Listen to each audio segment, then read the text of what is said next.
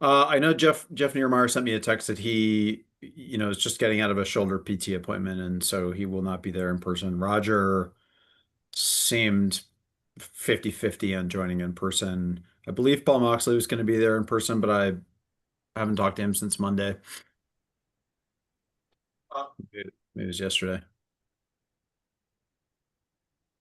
Yeah, the weather is kind of crazy up here and there were some trees across the road and Yeah, that was pretty wild. yeah, but yeah, everyone else has made it on time, so. I did not see Roger's vehicle on my journey down, but Okay. Gave myself a half hour up first. like, So 45. There he is. Oh, this is hard. Hey, John.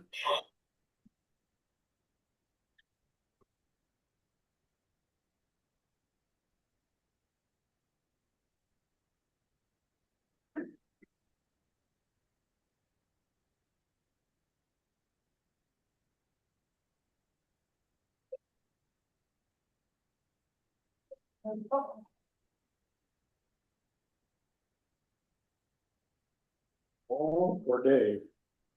Well, Paul just joined us online. Oh, okay. Oh, Holly.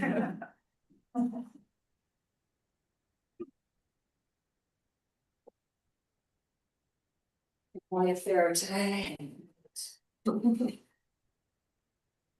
It's not. Sure, that's it.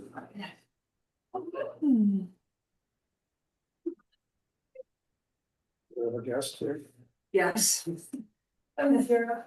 I was telling her that your son was. Yeah, and that's. And Rita, we have a few things on the agenda before, if you guys, stop this screen share for now, we might have to show.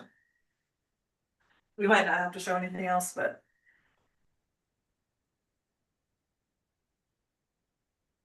You know, coach now, coach, he's gonna be a junior coach, but with the free ride, they all know. Yeah, but that's it. Right, that's right, he's all now.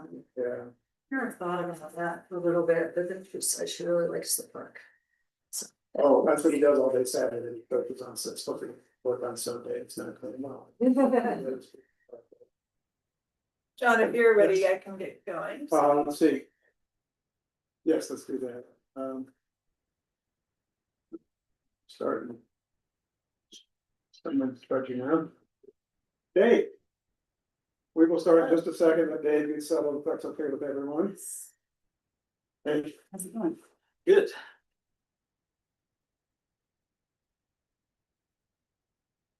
good.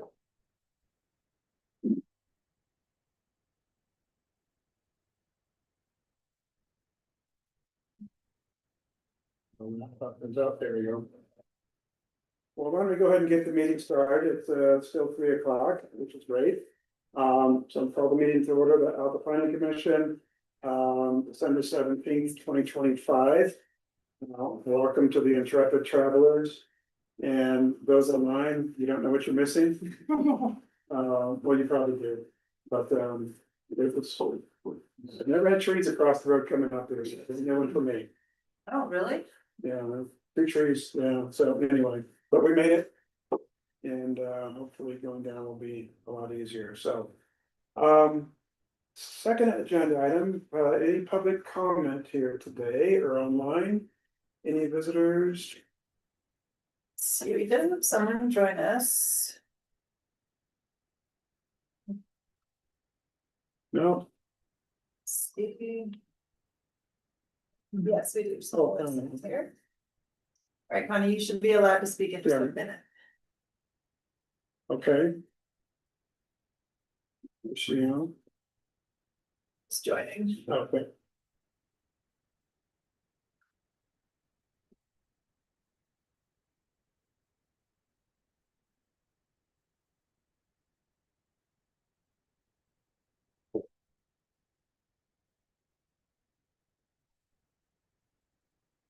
And Connie, yeah, feel free to unmute yourself and introduce yourself.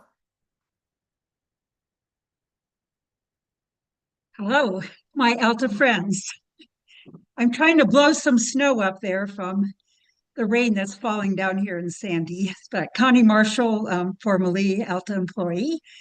and love the planning commission and have been so curious about this project now for decades. So I'm excited to see what's happening. Okay, all right, thank you. Anyone else joined us? I think probably it. Well, good. Well, thanks. Now we're gonna move on to agenda item 3, please. The approval of the minutes of last month, November 19th. Anybody have any comments, edits, what have you? Anybody online? Paul, Jeff? No, All right, but good. I would make a motion that we approve the minutes from the last meeting. Jeff made a motion. Is there a second? I'll second. Thank you. All those in favor of approving the minutes from November 19th, say aye or thumbs up online if you want. I think we do Aye. on verbal. Verbal, yeah, verbal. Aye. Okay, Paul, yeah, verbal, please.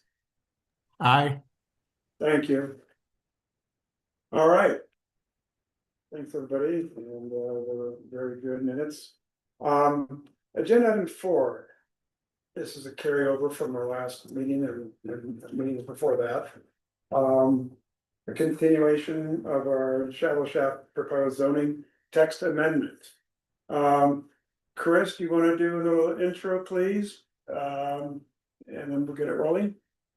Yeah, sure. This will be a little ad-libbed. I think I've communicated with most of you that I'm homesick with COVID-19. I'm fine.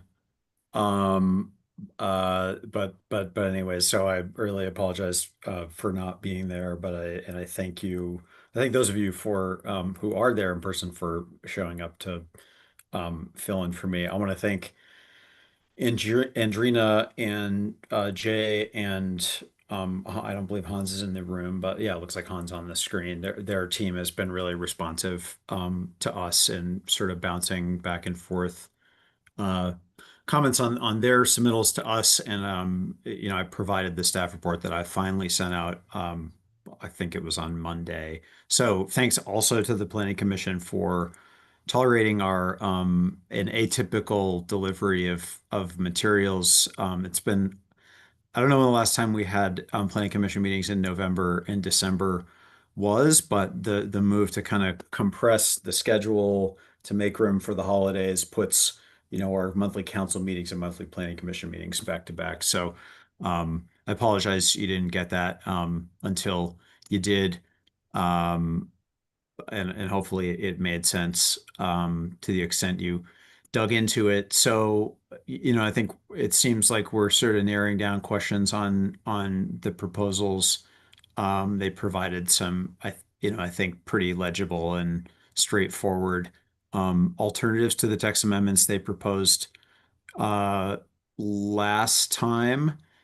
The massing renderings I think I described in the I really appreciate the shallow shaft, the applicant producing those massing renderings. They're helpful. Of course, a problem in base facility zone C is that key characteristics of the building envelope regulations are individually determined by the Planning Commission. So while it's certainly helpful to see what the proposed project would look like in three-dimensional form, it's just very difficult to know what's really possible on one of those lots if the buildings can expand subsequent to potential approval of the minimum lot size change. So I appreciate you guys being game for that, and it's certainly helpful to see that to see those renderings. So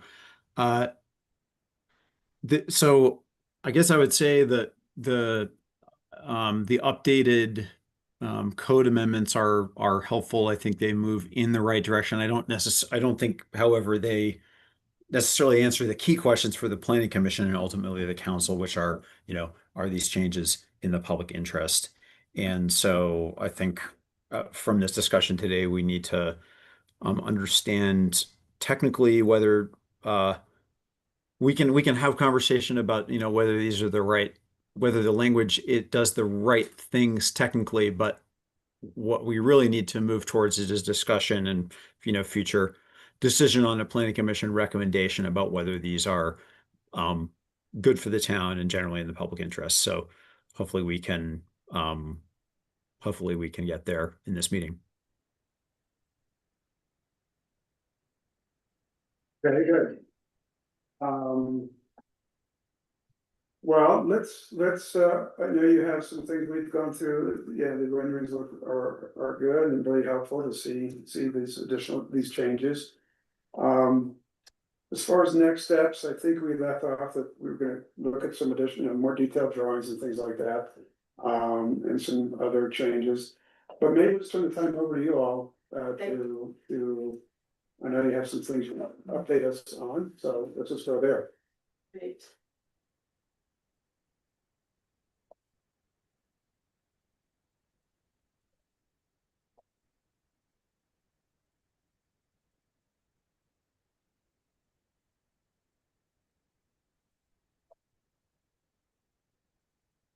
Okay, well, thank you for having us back. So just introductions, I'm Adrena Huffam, and this is Jay Springer. He's our legal counsel, and Hans Hoffman, who are our detectives on the phone.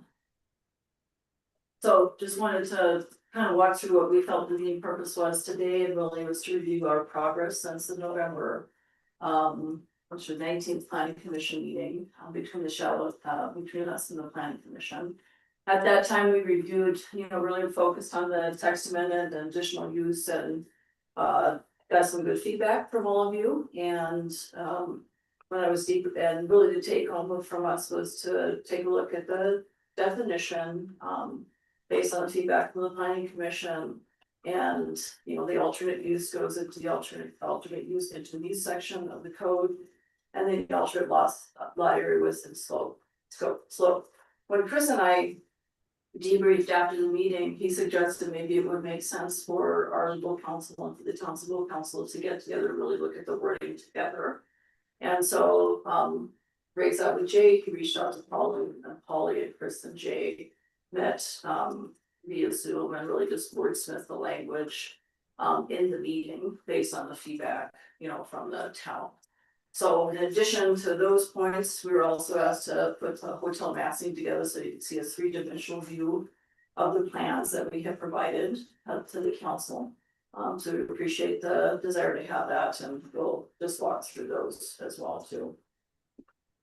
So on the use definition, you want to bring it up here is really what we proposed on the 19th.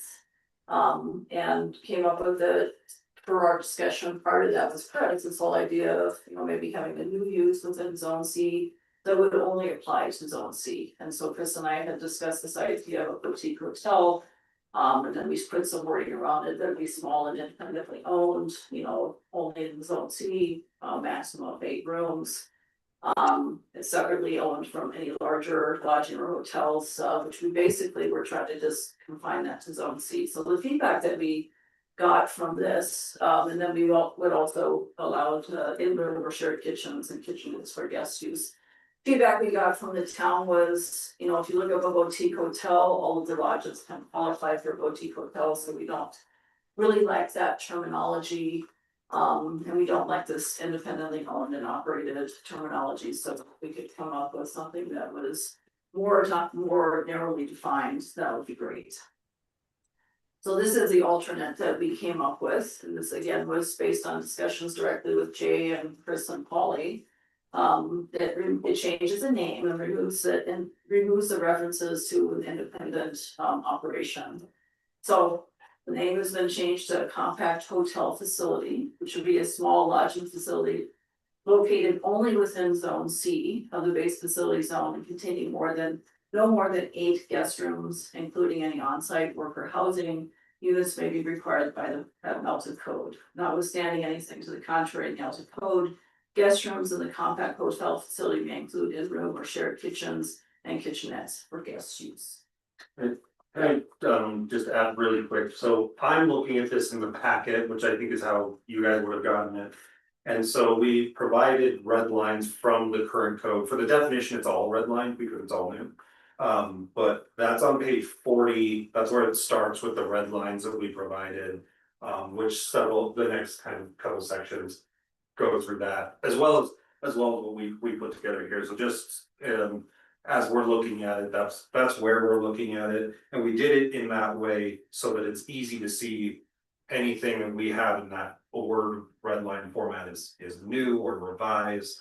And starting here, it's just everything is, the compact hotel facility is different just because we were working from what we had. It's still redlined, it's just a little different to differentiate between what you saw already and what we're now, doing. And that, the terminology, that's another aspect of that is kind of what Chris was talking about with, the public policy decisions. We're just working to try to get something workable. And all of this language, I mean, the way that the code works with these kinds of amendments, once it gets up to the council level, there's always room for tweaks in that, so we're working through this. Still, of course, open to suggestion, but we want to, we want to show it in this way so that it's easy to understand what we're coming, but. Sure. Can I ask, what is the concern with the language about independent, separately owned and independent from other? I think you were concerned about. I think it came from staff's concern, and also I just wanna give the caveat. Sure. The direction that staff got was to work with them. It's a little unusual. We're just trying to, we're not supporting one way or another. I just wanna make that clear, but we were just trying to say, here are some just, entry level concerns that we had.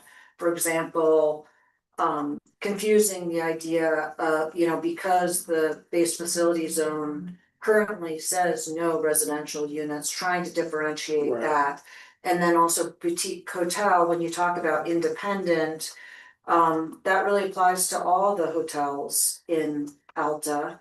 And so, or lodges, and so then I think that the overall, the intent behind the base facility zone is not to allow any kind of residential. So I think that if this were to go forward, I think what I've heard is that it would only be discrete, basically to subzone C. And so we wanted to try to tailor it to make it that as unique as possible to that. But that does open up kind of the broader questions that you guys will have to evaluate. But that is why, and then there was some question, and then we decided it wasn't worth spending the time to research, is whether or not you can, without at least a study, say that you can limit certain ownership. So we just didn't want to get into that. So that was kind of my reaction. Chris, did you have anything to add? No, I just had my hand raised to highlight what you just now described about. We're not sure we can regulate ownership to, corporations or B Corps or individuals or Right, so Marriott could come in and wanna buy the shell ship, but- yeah. but Or the that Rustler, wasn't- or whatever, yeah. Yeah, we don't, there might be a way to do that down the line, but it would entail a bunch of legal research, so. Yes. And that's not really what's at issue here, so we just decided we weren't gonna That's spend right, yes, okay, the resources to do all it. right. All right. The next slide really talks about the use and how that gets put into the code, so the permitted uses. Here's what we presented last time, so all the original permitted uses were still permitted uses. And then we had added in zone C that we could have this boutique hotel and living quarters for employee on premises. And so only zone A and zone B could do what was listed in A, zone B could do what's listed in B. And that wording, I think, was felt by either the staff or the planning commission to, not be as simple as it could be. So really, the next session was to simplify that. So the alternative provides a more simplified and substantially similar method to allow the additional uses. It removes the unnecessary use of living quarters for persons employed, as that use is covered in the definition.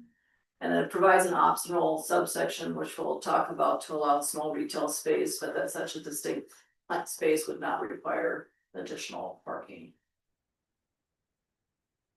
So here's the modifications in the red line version, so a bit of a redundancy, the permitted uses are for all base facility zones, early in the code, it states that, but you know, decided to put that in as a redundancy here.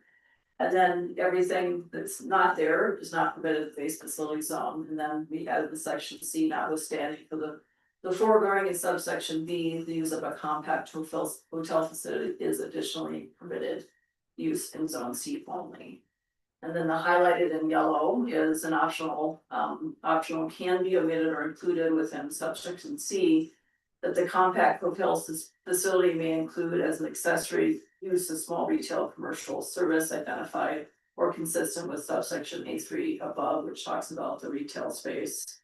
No additional parking may be required for the accessory retail commercial service use contained within the same structure as a compact hotel facility, provided the accessory use occupies no more than 400 square feet. And so for my comment on B and C here. The earlier draft that you saw on the 19th was a little bit convoluted. So when we were working through that language, we're like, how can we get to the same result with one sentence instead of 3 or 4? And that's what we came up with. And I think it does clean things up a little bit. And then we added an A for all base facility zone because we wanted to make sure that this carve out wasn't unnecessarily limited. Alright, Okay, so then updates to lot area width and slope. So this is what's currently allowed within the base facility zone, that construction of any building structure or improvement shall not be permitted where any of the following conditions exist. So lot area is less than 1 net developable acres, slope exceeds 30%, or the width of the lot should not be less than 100 feet. So that's what's currently in the code. This is what we proposed during the November 19th meeting, is that those 3 things that I stated on the previous page apply to zone A and zone B. And then then we said for zone C, any in subsection B, any lot or parcel in zone C that existed as a separate legal lot or parcel prior to January 1st, 2025 has not been subdivided or otherwise modified since that date, shall be deemed to meet the minimum lot area and width requirements of this code, despite net developable area being less than 1 acre. For purposes of any development application, such lots shall be developed in accordance with all other applicable zoning regulations, including lot coverage and height regulations, and height regardless of whether the lot meets the current dimensional standards for lot size, width, or frontage. So questions that came up on this, I think Maren just said, hey, I think the first 2 things should apply, and then we should do this kind of carve out here at the bottom, and then Polly indicated, hey, you're not mentioning anything about slope, and so that should also apply to the zone C. So it was modified here to have this clarified that the slope requirement is not modified, then you change and remove some of the superfluous language reference to frontage, which frontage wasn't in the current 3 things that we talked about. So again, this is essentially the same in terms of what we stated on the previous page, except that notwithstanding the foregoing, it gets into what can be allowed in lot C. And then we added at the bottom, it says lot size or width, we took out the frontage. And then we said this provision may not be deemed to modify the slope requirement subject to A above in any way.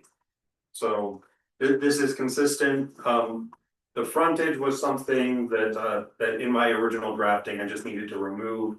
Sometimes there's a separate frontage requirement in addition to width. So I had kind of conflated those 2 in the drafting, and so we corrected this opportunity. But it's also just generally speaking, the first draft wasn't intended to change anything with the slope. Our messaging has been and is. The only things that this part of it is changing is the area and width. And so we're not still subject to all of the other regulations, and this is just bringing the text technically more in line with that.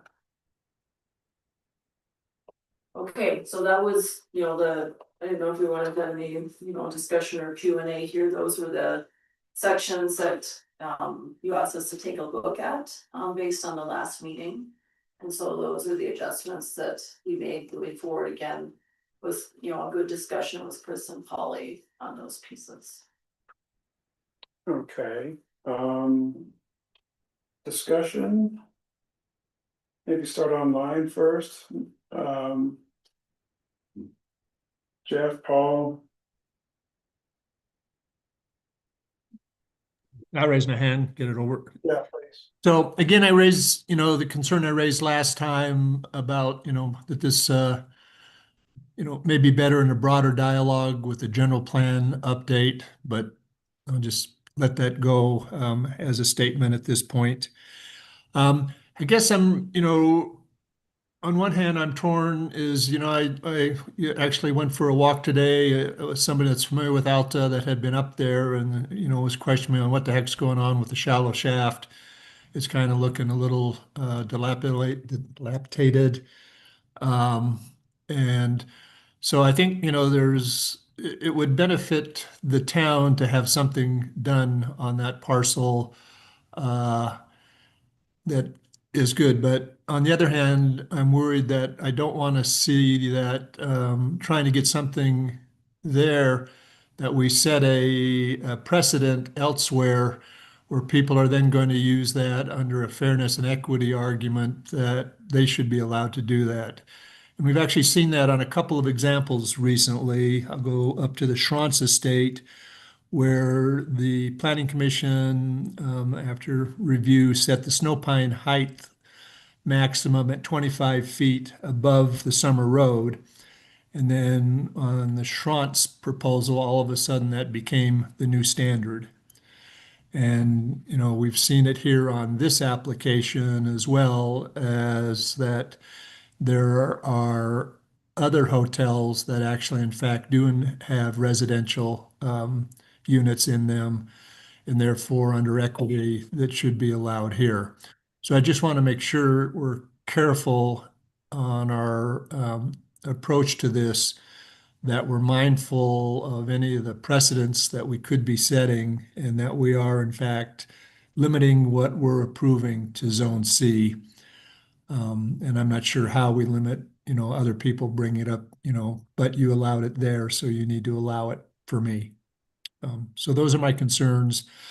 I think, if this gets moved forward, there's still the issue of the drainage and setback from that. I think there's workable solutions around those, but that may entail, something modifications to the building footprint, as well as some additional construction, which the applicant has agreed to study, but at a future date. But I still think those are issues that will be out there that are going to have to be addressed. So that's Okay, it. thanks. Paul, any, where are you, if you want, your thoughts?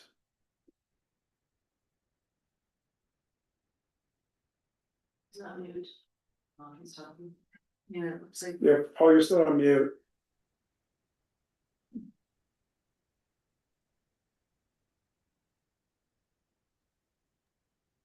How There about you go. now? Great, Can you hear me? yes, we can. Great. Thank you. I would have been up there, but I had some conflicting meetings in the valley earlier.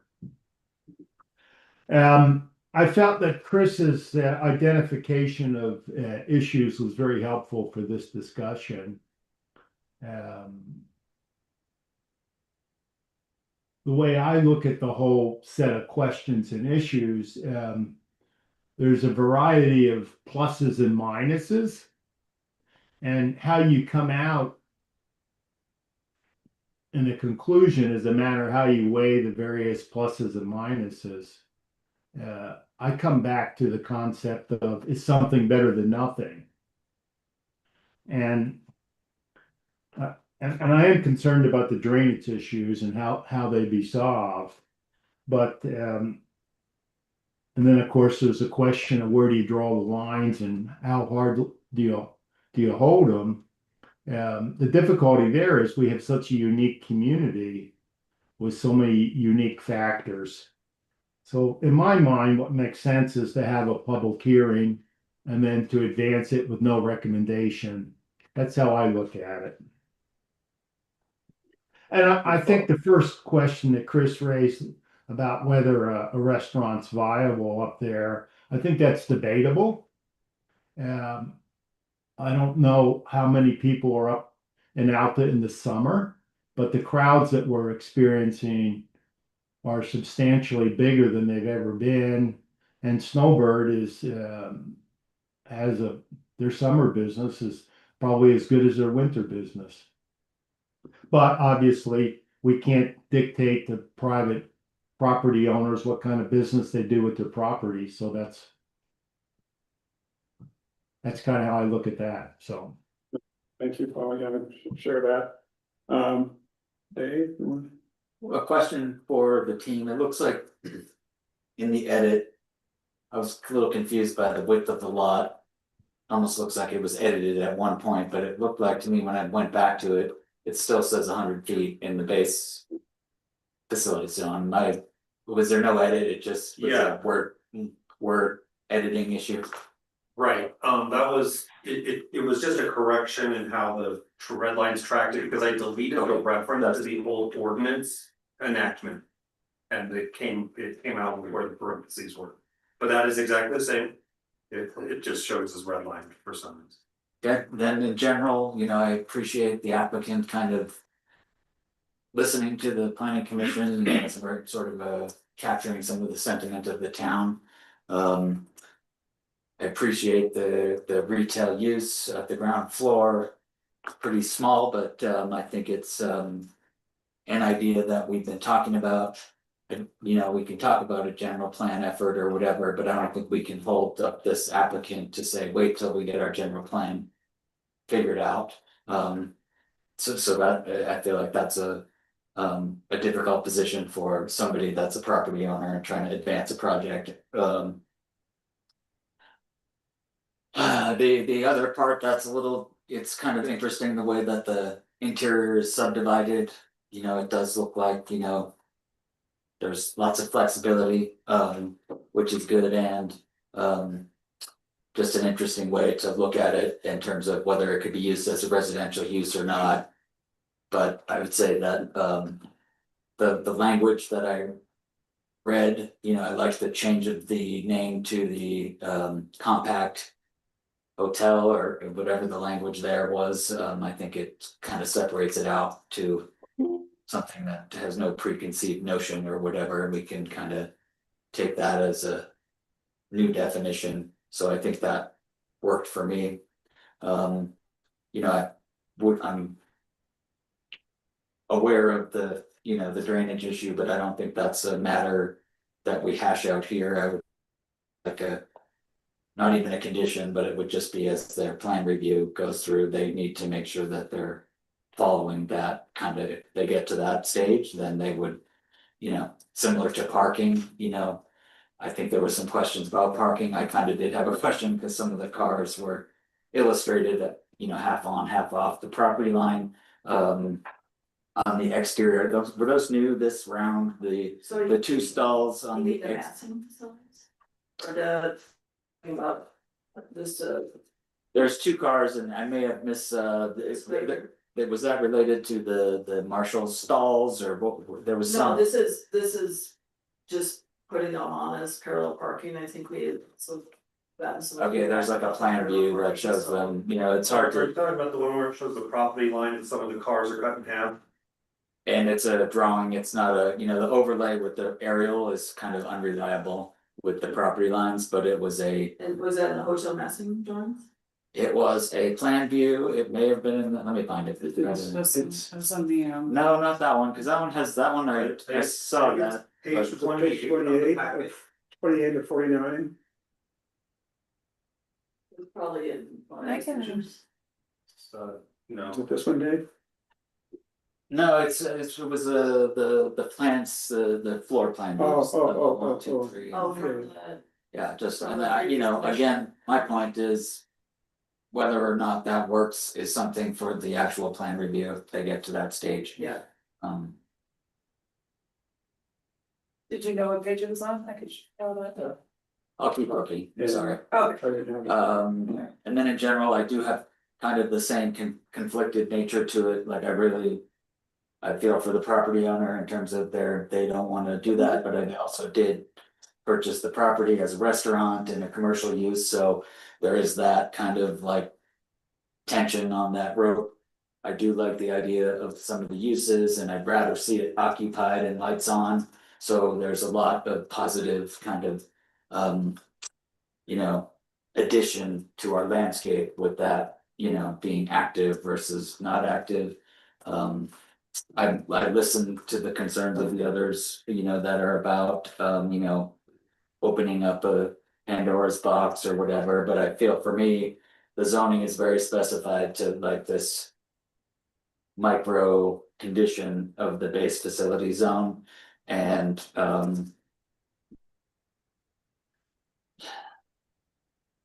I just don't wanna like be held hostage on anything just because we're worried that something unknown is gonna happen, so that one's a little more difficult to kind of be living in fear of something that this is a very specific condition in town. Right, I can kind of separate things from in town in my mind, than in the Albion Basin or even the Summer Road, it's may seem gray to some people, but to me, it seems a little more concrete that we're in the heart of town. okay, thanks. Yeah, I feel similarly. I'm trying to weigh the trade-offs to the community and we're all talking about that. I'm also a little confused about the parking and maybe this might be a question for Chris. In somewhere it alluded to losing 8 public parking spaces. I was just wondering if you have some clarity on that. Is that like just out as it's being used now? Is it actually on their property? Is it not? Just clarity on that would be good. Yeah, it's something we've acknowledged a little bit in previous meetings on this concept. And with Andrina, there's parking that occurs along the road frontage. Um, some of that is on the property, some of it is on the easement for Highway 210, so it's National Forest land under an easement for highway purposes in favor of UDOT. And it's sort of a unique circumstance up there. But so, and like, on any given day, there might be 8 cars parked with, some either the overhang of a bumper or a front axle or, one axle, or on the southwest corner, a couple smaller cars can fit more or less on the property. And, you know, my I believe that use has been occurring in more or less that fashion for a long time. Potentially since I mean the road was constructed in the 40s or 50s, at which point it was forest land. The Shallow Shaft property was forest land. The highway has always been forest land. Well, in modern times it's been forest land. Um, so and the proposal, the project as proposed and as drawn up in the rendering shows, much of that parking staying on site, but obviously being dedicated in some way to the actual use. And I've not kept close track of what the Shallow Shaft is proposing in terms of sort of inviting or allowing the town to use that some of that parking. I know there was, the first version of the proposal um had some of that language, and so I don't know where that stands. I just think um it's worth considering that as proposed, this project, which is not necessarily the one that would get done, but it's what's being envisioned right now, would um potentially impact some of those parking spaces. So again, this is just something, this is the way the surface of the earth there has been used for a very long time. It's just sort of the way that it works. It's not it's not necessarily something that's been like formally established with the property owner. So anyway, it is what it is, and that would be an aspect of the change here. But so I don't want to cut you off from your line of thought. I did want to bring up one more topic on the parking subject, which is that the proposed language, I should, rather than speaking generally about it, I should pull up the proposed text amendment.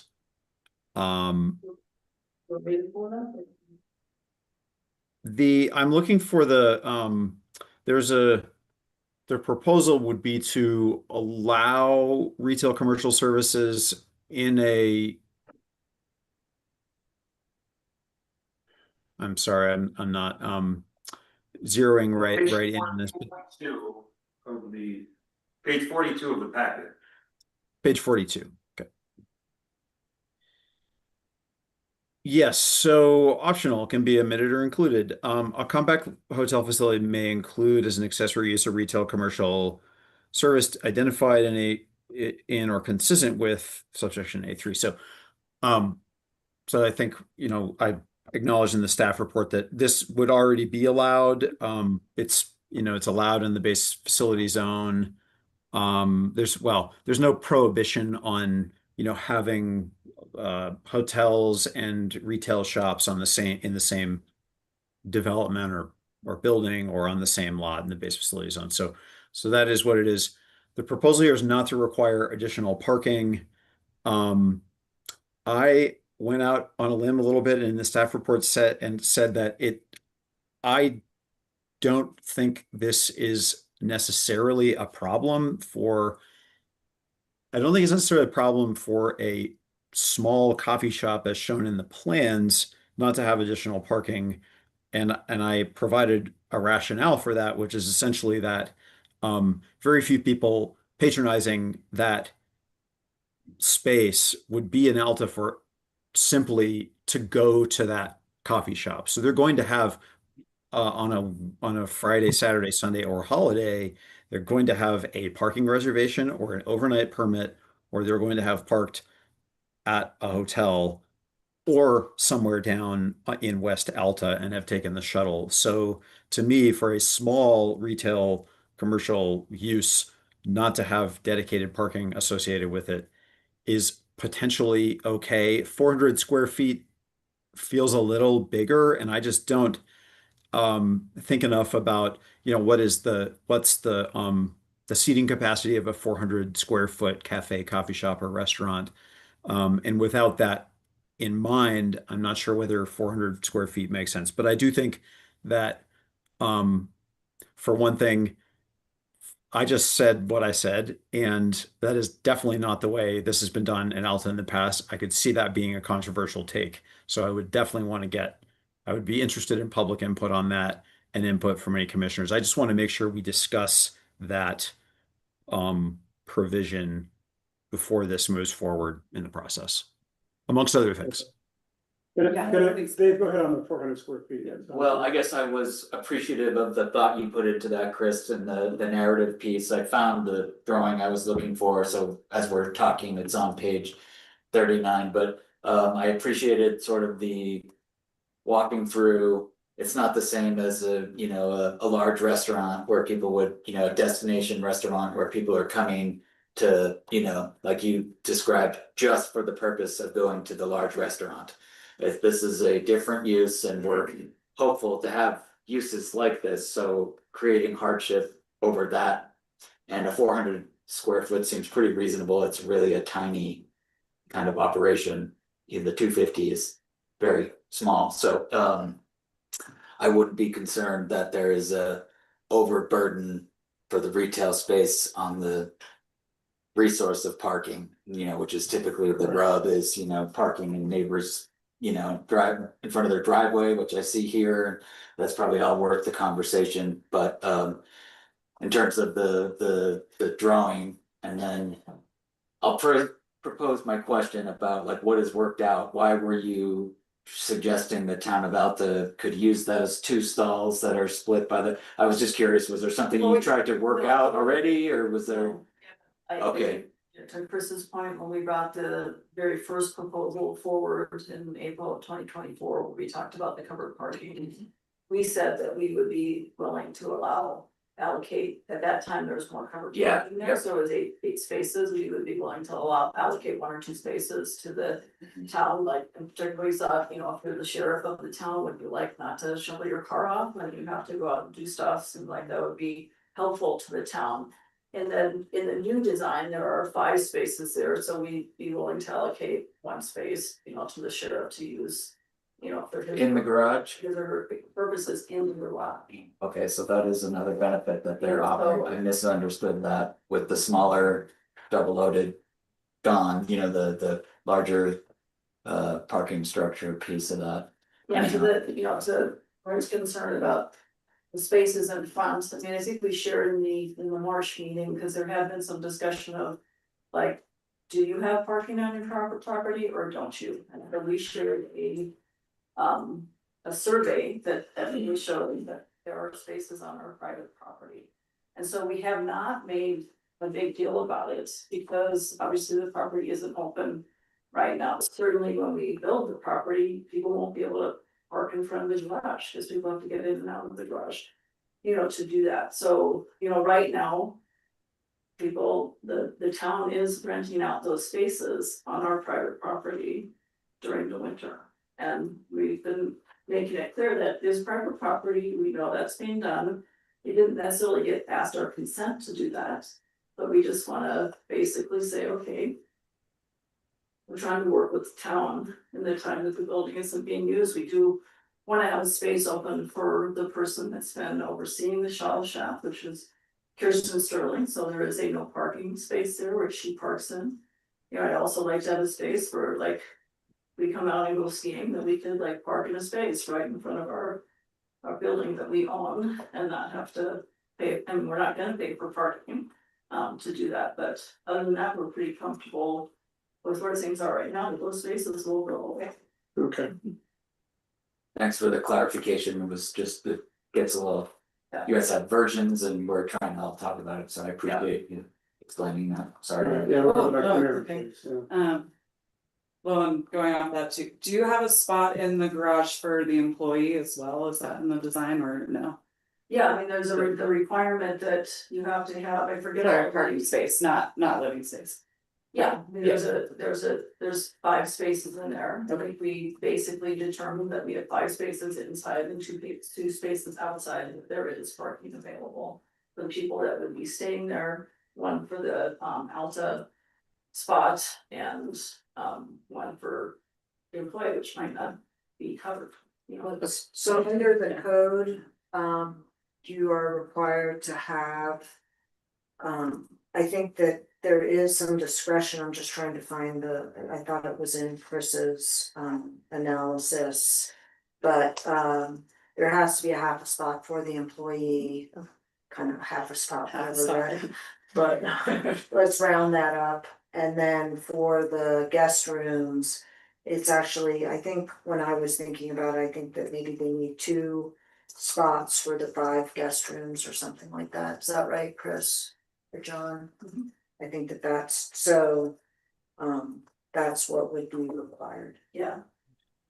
But to the point on the parking, I think Chris, you know, you want to talk about what we have in the text, and you know, I appreciate that. When Chris and I met about this process, we said, hey, we really need to get the planning commission focused on the text, and that we're always trying to do that, so let's focus on that. And then obviously we have to come back with a building permit and the plan, all of the minor details.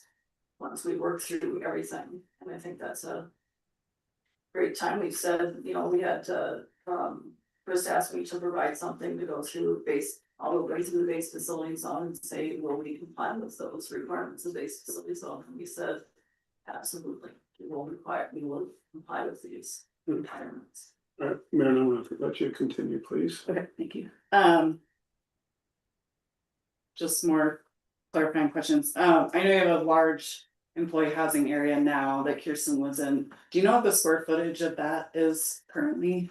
I don't know. Okay, but probably significantly bigger than 300 square feet. Right, but there's also multiple rooms in that employee house, and there's not like one bedroom, I think there's 3 or 4 bedrooms down there, a bathroom, a living space, and a kitchen. So what we provided in the employee housing, the current design, is really a room with a kitchen for a single bed for a single person to be living there, and I think it's nicely designed by Hans and quite adequate for him. Yeah, for sure. But probably Kirsten and her family couldn't fit in No, there. but there would be. Good. Yeah, we're not designing it large enough to house a family, fair enough. Just trying to understand, what we have currently and what it would be. As far as trade-offs go, so. Yeah. That's kind of what I'm thinking through, losing some public parking, smaller employee housing, not creating a ton of jobs. We are gaining a functioning business, we are getting a coffee shop, so just what's going on in my Yeah, I mind. think I'm not concerned earlier. Lots of jobs, if there are jobs provided, you basically have someone come in and clean all those spaces.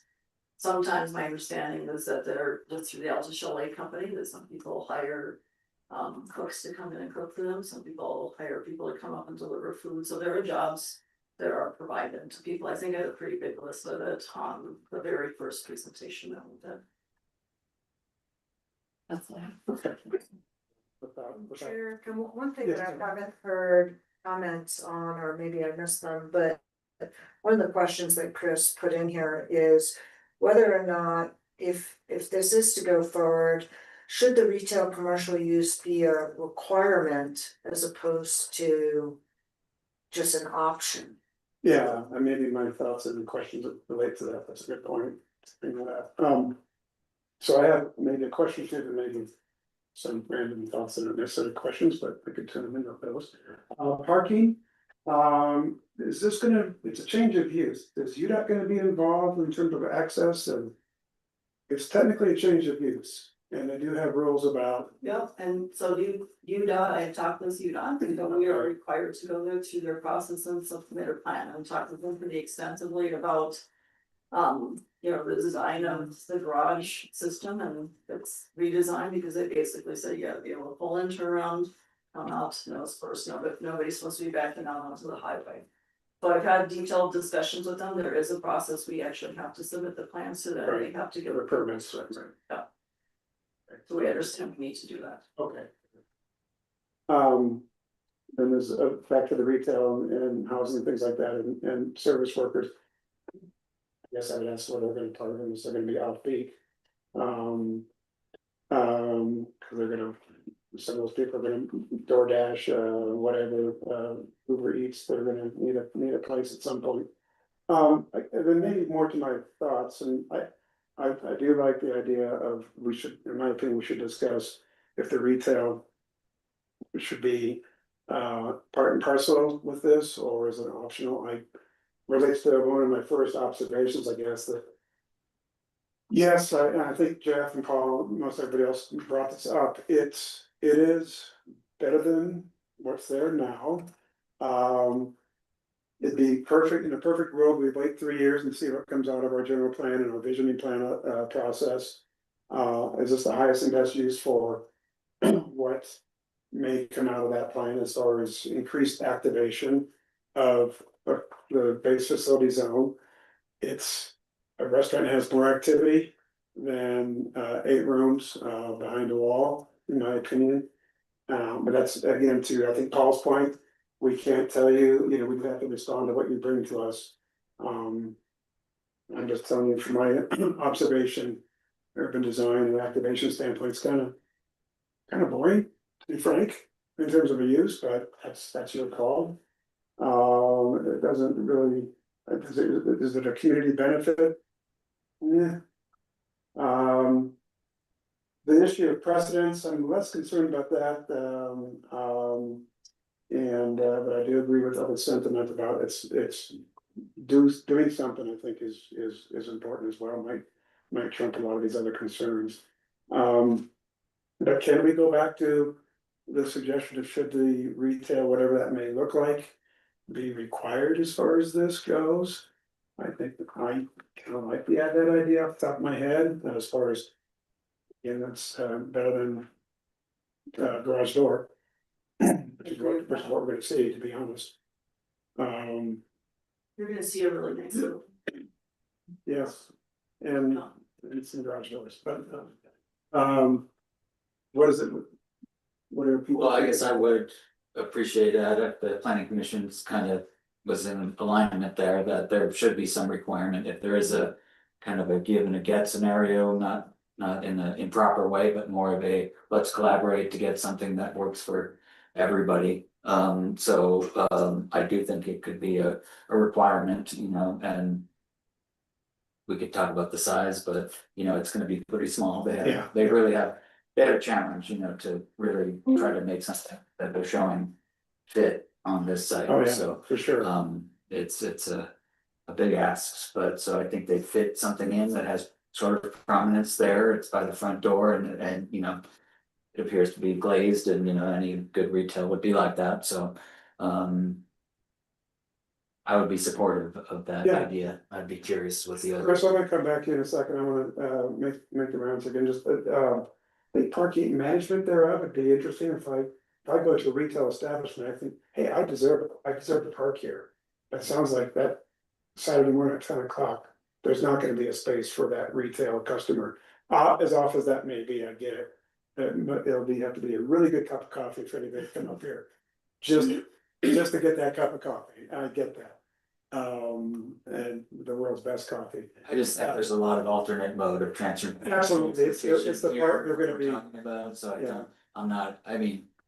It just sucks parking around here, period, so. Sure. No matter where you are, particularly, so. In my world, that's And- a trip catcher. I think just looking pragmatically at it, they have like structured parking, which is like. The most expensive form Oh, yeah. of parking out there. So they're really trying to. Make a lot of uses happen, so. Absolutely. If we're, Paul, and Jeff, I'd like to turn over to you in terms of this retail. Do you be nice versus you shall? I think, you know, given the dialogue that we've had, I view it as kind of a condition, so I think I'm on the shall side. Okay, thank you. Paul, any thoughts?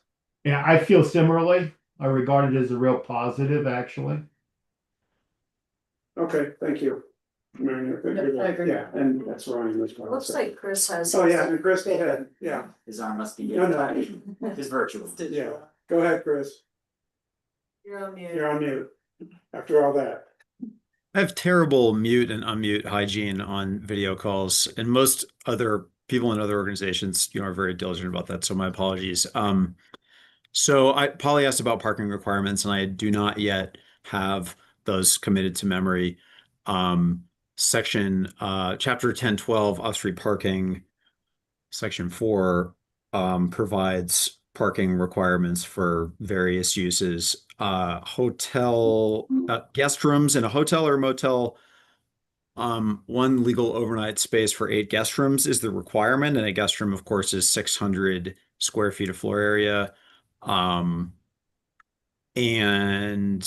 it does require half space for every employee accommodation. Restaurants and nonprofit clubs have 1 space per 2.5 seats or 3 spaces for 100 square feet. So, you know, again, I stand by my rationale for allowing what they've proposed, but it would be a big departure from, you know, this would require 12 parking spaces for a 400-foot coffee shop, I think. So, you know, again, precedent setting and departure from the norm in Alta, which has definitely not been to excuse parking requirements, are things to consider. I mean, another thing I would offer is that for any use or building or structure not specified herein, the off-street parking requirements shall be determined by the planning commission, being guided where appropriate by the requirements set forth herein. For uses or buildings which, in the opinion of the planning commission, are similar to the use or building under consideration. So there's not, you know, maybe we should have a compact hotel facility parking requirement in 1012-4A, or maybe we just leave it to the planning commission under subsection C, but that is worth considering. So absolutely, I haven't, well, anyways, I'll leave it at that. Okay, all right. Mayor, you've had your hand up diligently as well. Sorry. You know, the most persuasive thing I heard in this discussion was something is better than nothing. And what we have right now is nothing.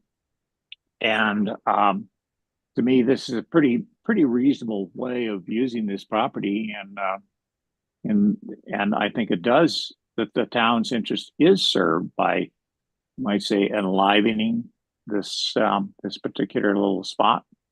I think it would be pretty heavy-handed for us to require that they have some sort of retail space. I mean, that should, to me, be a business decision on the property owner's part, because I really don't know whether a retail space is economically sensible for this location, and to require it and have it turn out to be a bust is not in their interest, and not in our interest either. Okay, You know, Roger, I appreciate that, because, you know, there's, you know, we have property owners and their rights, and we like to respect that. It's fairly common in many municipalities to have a ground floor commercial requirement. When we're trying to activate a main street or activate streets and make them safe. Alta is sort of a unique condition. It's not an urban condition, so I appreciate why you're saying that, but they're asking for something that's outside of the ordinance, so we're kind of creating something entirely new. So But I guess it- the other side of that coin is, you know, if we're going to try to, you know, work to create something that works for them, there has to be things that work for the town, and Right. I think the planning commission is trying to wade through that. yeah, okay, and again, 400 square feet is relatively small, and I mean, play this out in 3 years, or if it's a coffee shop, whatever, selling sunglasses, what have you. I mean, that's gonna be economically part and parcel with the overall operations, and so. You know, if it's the word subsidized, but it would be, yeah, I guess, held to stay open by revenue generated by the overall development, I assume. You wouldn't just like close the 400 square feet, whatever it is, and then keep operating the rest. That doesn't seem like that would be realistic. And Yeah, I mean, there's a lot of what ifs involved. sure, It's said, so I just really can't comment on that. yeah. One option is this back to the parking, and I know they're looking, it's required a parking reduction study. Versus us just thinking it's gonna fly, which is, I don't think we need to go to a study, but that's not unusual either in other communities. Well. Can I it respond? sounds like- Yeah, go Can I ahead. respond to Dave for a moment? Oh, sure.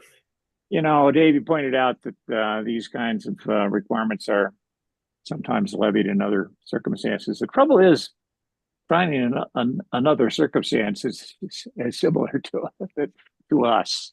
Is it might, I just may have not looked around enough, but it's kind of hard to find another Alta or Alta-like community. And so while I think that those kinds of analogies are helpful, I wouldn't want to be bound by them.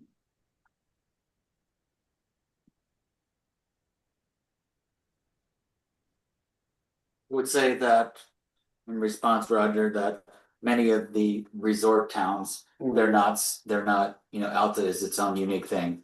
But many resort towns have this requirement about activated uses and not just a garage door at the front facade or whatever, so we're not gonna find the perfect analogy, so you're correct.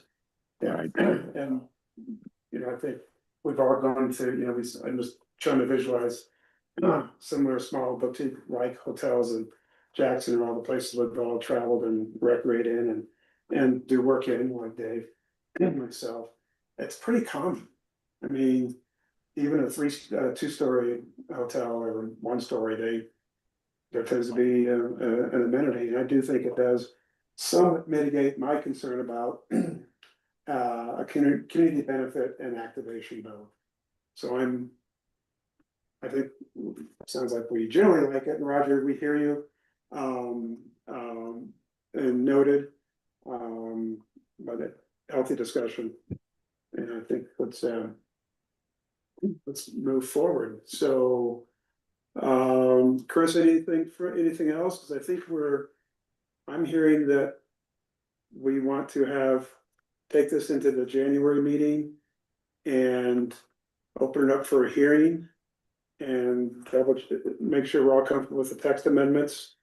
Give us some time and forward as we choose as a body. Encapsulating this right where we are? Okay. Yeah, All in yes. Jeff, I'm sure you're good. Yes. Yep, I'm comfortable Okay, moving it Chris? forward with the kind of the conditions we've been talking about. So I guess there's some language revisions that need to be put in. Yeah. And Jeff, while we got you, just real quick, are you comfortable with the street issue, the culvert issue being resolved during permitting process, or is that something you want to see before we take action? Well- I'm just your opinion, not that we would stick with it. Yeah, no, I think there are solutions, but it may impact what they're proposing. And so I just, hope the applicant understands that while the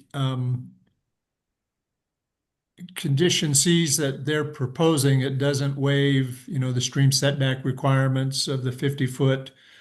And so they're still going to have to come forward with proposals. And so there is a risk to them, but at least gives them the opportunity to move forward and start working on that problem, as opposed to kind of where they're at, right now, of just really not understanding what they can do. Sure, no, I appreciate that. So maybe I'll turn it back to everybody else.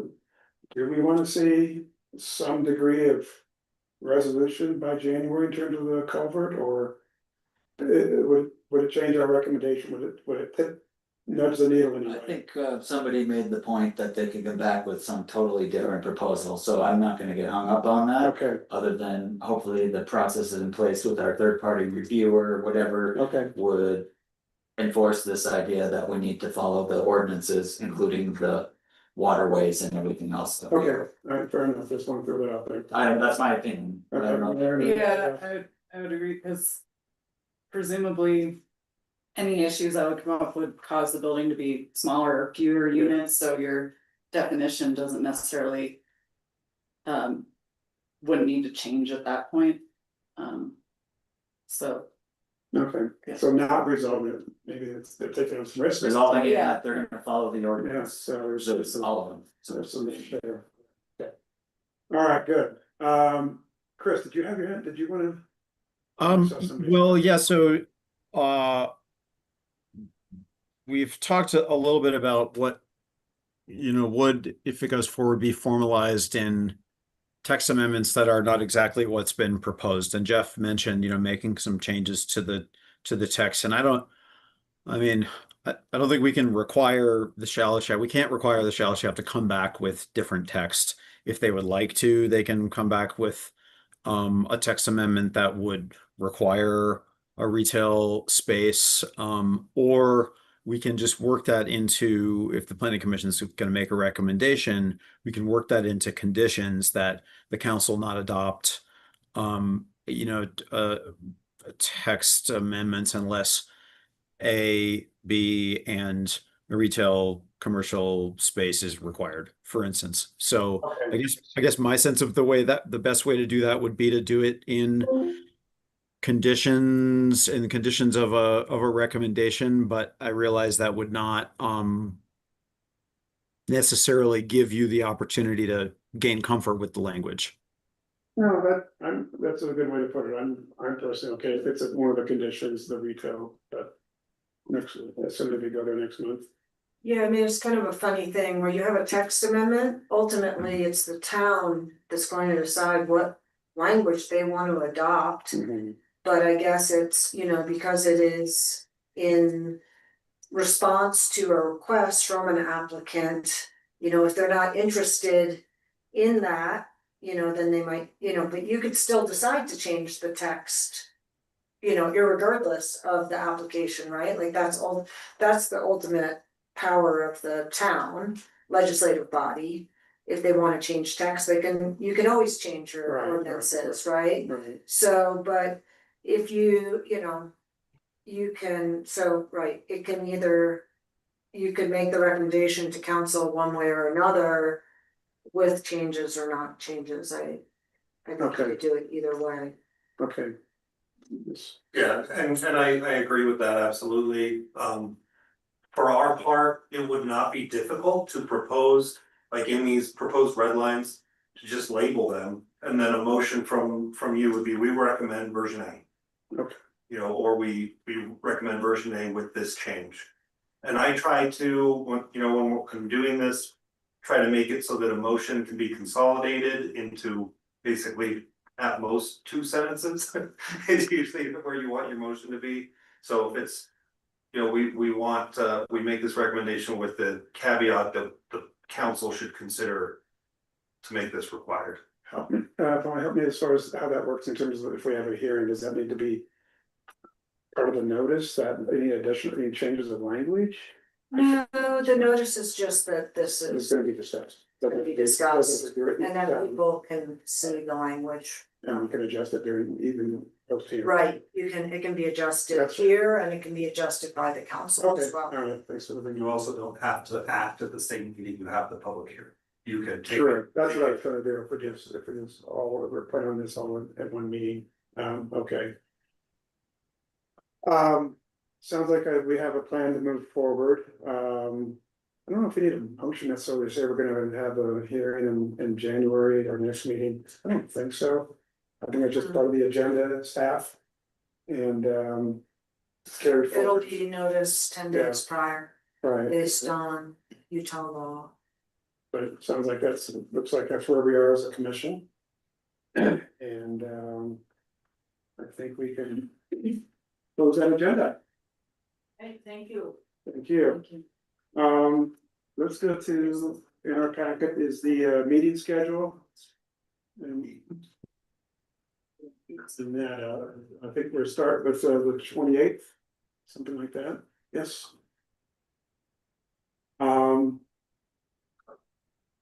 I know we need to make a motion on this, So you think it's I'm okay with that schedule, but if there's no snow, I think we cancel the first 3 meetings. Yeah, I have, I think the July 22nd one is too close to the 24th. So I think I would suggest either moving that a week earlier or a week later on the July meeting. Go a week or. I think earlier. Yeah, I didn't adjust that one, just because I think. I don't know, the holiday was It on a was- Friday, the meeting was on Wednesday, I wasn't sure if it was based on what we say above. If a holiday takes place on or just after the 4th Wednesday, then so I'm not sure if we Yeah, think the 24th is just after, we can move it a week. Right. we need to do that red line now before we take action. See if I can do this. Chris, you're gonna say something? Are you gonna be? Oh yeah, I was just gonna offer that we did change the July meeting date due to the conflict with Pioneer That's the Day date. last year, so.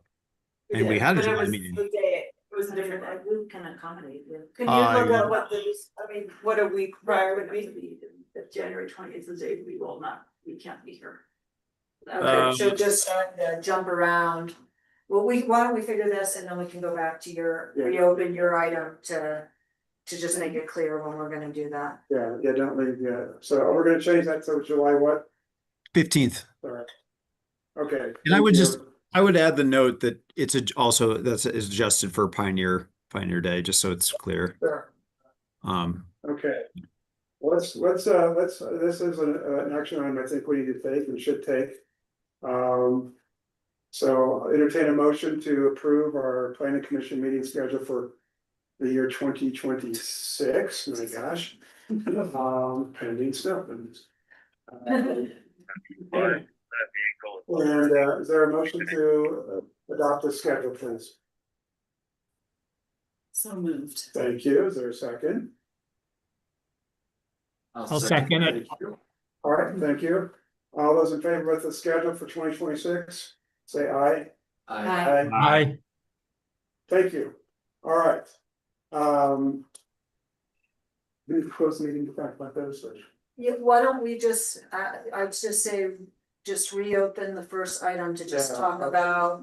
We had talked about this being heard in the January meeting. Yeah, let's go back to item number 4 on the agenda. Yeah, Um, we can. January meeting. Okay, so you would ask March 25th. 25th. Okay, so the applicant's asking Okay. that the public hearing be on March 25th. Okay, Alrighty, thank you guys. all right. You would. March. March. Yeah. Yeah. Maybe there'll be more snow by then. Better.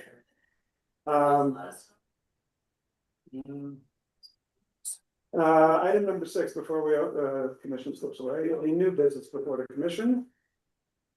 Mr. Chair. Yes. So I just wanted to preview that, well, boy. What I was going to say is that we have a a text amendment to propose to the planning commission that is exceedingly clerical in nature. It's to what would the term be? LUDMA, the state land use regulations were recodified from, what is it? Chapter 9 or chapter from 10.9 to 10.22. And we just need to sort of update the references to state code throughout town code. So we were anticipating if there was a public hearing in January, we would simply bring this very non-substantive item to the commission for a public hearing and then vote upon it. But I don't know. I guess we'll have to go back to the drawing board and talk about when to queue that up. But Well, and I guess maybe we should. go ahead. Well, I guess Okay. I just wanted to offer generally that I've been promising or threatening a project, a sort of like a project with a start and an end and a scope to do some housekeeping amendments to our land use regulations. And that's taking longer to take root. It hasn't, I don't have that ready to go yet, but we just sort of have more and more pain points that have come up with gaps or stuff that's out of date in Title 10 and Title 9 of Town Code. So we will probably start coming to the Planning Commission with some of those sorts of things. These would mostly not be amendments to allowed uses and building height and those kinds of big ticket land use policies, and more about process, citations, so on and so forth. So it's not super interesting, but it is really essential for us to just be able to operate the code and provide the services that we are required to. So just a heads up, and I guess we'll just discuss more with the chair about this recodification item, when to take that. The issue you brought up a minute ago about needing a hearing for section 9 or section 10 or vice versa, the housekeeping item. Is time of the essence on that by statute? If we need to have a quick hearing within our January agenda item, so be it. I don't think that's a problem. Okay. So if time is of the essence for a legislative mandate, that's fine. If it's not, we can table that with bundle it with some other housekeeping things, so to speak, later in the spring. So if it needs to be done, we'll do it. Okay, appreciate it. Okay. So we do. So I apologize, but we do have other annual stuff that we have to do in the Planning Commission. We have to do Open Public Meetings Act training, and not necessarily time sensitive. And we also have to appoint a chair. Well, I can't remember whether we make appointments annually or on some other cadence, but there may be that sort of thing that we need to do at some point. Like, whether it's worth having a meeting in January just to do those things, I'm not sure, but we'll get back with you guys about that. It's nice that it's Okay. so many weeks away, I'll say. No, and then we had talked about meeting with, do a ski about with Mike at some point. Was that March? That's I March. believe that is March, okay. confirmed for March. Yep. Okay, all right, fair enough, fair enough. So at this point, unless we hear otherwise, we will have a meeting on January 28th. Agenda to be determined. Chris and I will collaborate on that. If anybody has any things to bring forward, just reach out as always. Otherwise, we'll pencil in a meeting on the 28th. And may not be terribly scintillating, but we'll do what we can if we do Yeah. indeed have it. So with that, I think we're ready to accept a motion to adjourn. Is there a motion? Jeff, thank you. Yep. A motion, you guys adjourn and have a safe drive down the canyon. Thank you. No trees following us. That's great. Is there a second? I'll second. All right, thank you, Mary. All right. All's in favor of adjourning the meeting? Aye. Aye. Thank you very much, everybody. Everybody got the email from Jen about the from UDOT, the press release? Just saw it. Yeah. Oh, the UDOT's gonna. Can I ask a question about that? Sure. Yeah. They're not gonna allow parking on the side of the highway